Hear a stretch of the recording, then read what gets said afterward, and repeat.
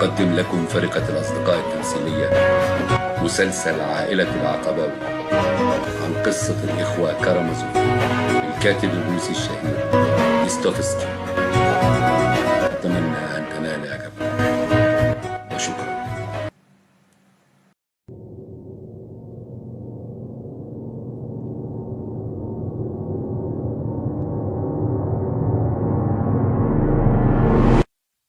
أنا اسمي حسن، الابن الثالث لداود باشا تاجر العقارات المشهور.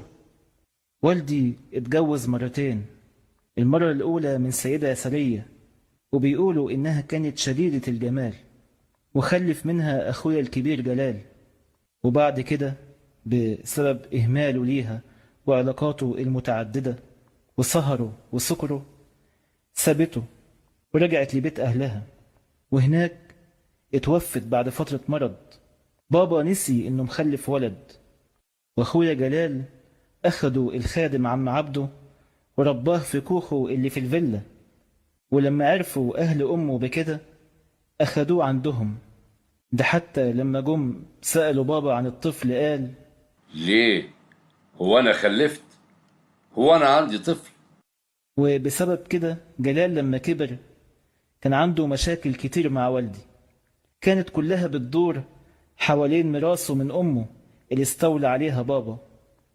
وفي يوم رحت له من غير ميعاد عشان أتوسط بينه وبين جلال، وكان في حفلة في بيته كالعادة.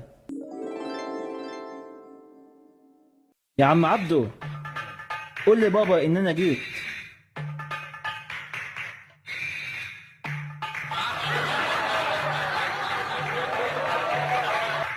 يا داود باشا، اخرج من هنا يا عبده. أصلي عايز ايه؟ ابنك هنا. مين؟ جلال؟ لا، حسن. طمنتني يا جماعة، اعزفوا وارقصوا بس بالراحة شوية، ابن حسن بيزعل. انت جيت يا حسن؟ انا مش كنت قلت لك اني مشغول النهارده؟ فاهم. اوعى تكون زعلان، انت مش هتحاسبني، خد بالك. ربنا اللي بيحاسب مش أنا.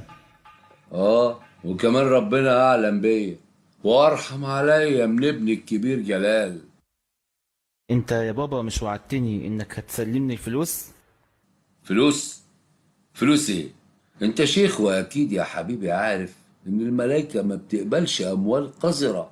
انت وعدت جلال النهاردة انك هتسلمه 10,000 جنيه من نصيبه في تركة امه. فعلا، بس عشان نروح له الطريق هياخد ساعتين. بقول لك ايه، خليها بكرة او خليها الاسبوع الجاي. انت زي ما انت شايف انا راجل كبير وتعبان، مش حمل المشوار ده. اديها لي، انا هوصلها له. انت عارف انه محتاج الفلوس دي النهاردة يا بابا.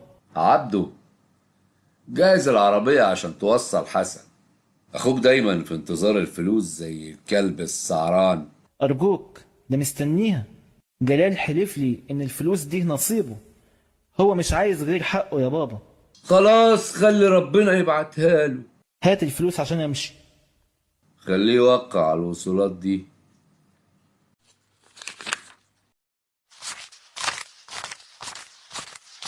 بس دول 5,000.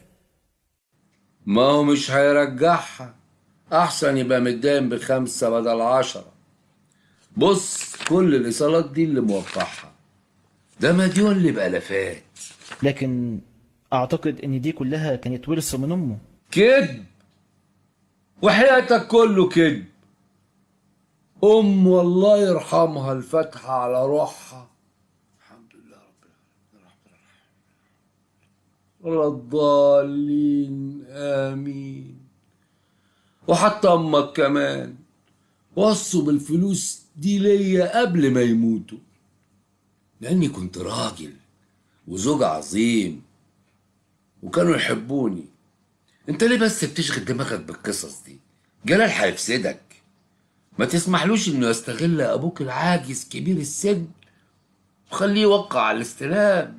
ما تنساش. حاضر يا بابا.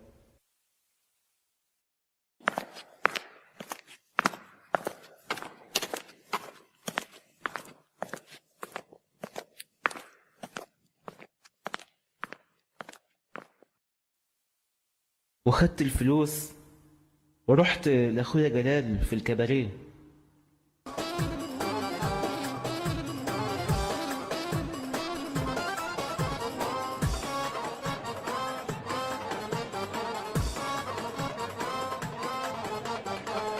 اللي تعبنا سنين في هواه عامل نفسه ما يعرفناش، بعد العمر ده كله معاه فاتنا وقال راجع ولا جاش. اللي تعبنا سنين في هواه عامل نفسه ما يعرفناش، العمر ده كله معاه. اخوك وصل يا كبير.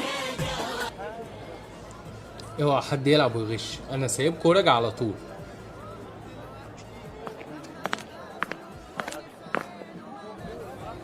جيت في وقتك يا حسن. معلش يا جلال، الطريق كان زحمة وده أخرني، وبابا كمان كان ناسي موضوع الفلوس. نسي؟ ما تخافش، أنا فكرت بعتلك 5000 بس. بس ده وعدني ب10,000.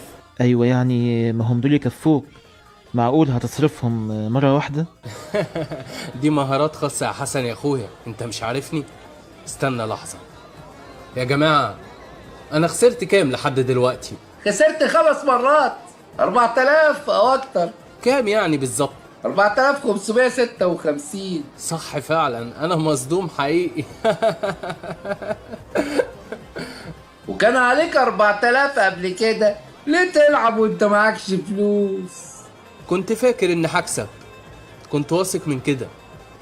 كفايه جد بقى وكبروا دماغكم. يا جرسون هات لنا ازازه تانية هنا. يا باشا المدير قال. وقال ايه؟ قال انه ما عادش ليك تأمين هنا. ازاي دي اهانه؟ هتدفع ولا لا؟ مش انا مسلفكم كلكم قبل كده؟ ردوا لي فلوسي. انت تعرف اللي ما بيدفعش ديونه بيسموه ايه؟ وبيسموهم ايه يا فالح؟ يلا انا عندي ميعاد، تصبحوا على خير. بيسموه حرامي. حرامي؟ طب خد. عشان تحرم تقول كده تاني. بص خد دي كمان. يا باشا مين هيدفع تمن اللي اتخرب ده كله؟ يبقى ضيفها على فاتورتي. تصبحوا على خير جميعا. وانت كمان. ورحنا لبيت جلال.